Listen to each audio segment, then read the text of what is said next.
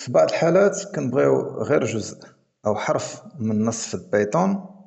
إلا بغينا مثلا حرف محدد من النص بايثون توتوريال، كنكتبو اسم متغير وكنحلو سكوير بريكتس، كنكتبو موضع الحرف اللي كيتسمى اندكس بحال 0 أو 1 أو 2.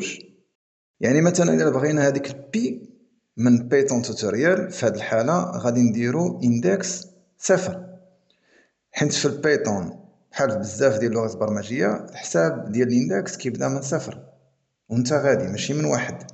نديرو برينت، نديرو سيف ونحل التيرمينال، ندير كلير. كيف ما كتشوفوا النتيجة المتوقعة كيطبع لينا الحرف بي. بالنسبة للاندكس يقدر يكون على شكل عدد سلبي. غادي ندير كوبي باست لهاد الاكسبريشن ونكتب في بلاصة 0 ناقص 1، ندير سيف ونحل البرنامج. إلا درنا نيجاتيف اندكس البرنامج كيبدا من الاخر ديال النص، في هذه الحالة الاوتبوت غادي يكون يساوي الحرف ال.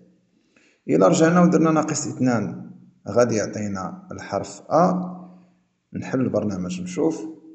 مهم درتي ناقص 1 راه غادي يبدا من الاخر، درتي ناقص 2 غادي يجي الحرف اللي حداه من الاخر، يعني الحرف الثاني من الاخر، درتي 3 وانت غادي في حراك.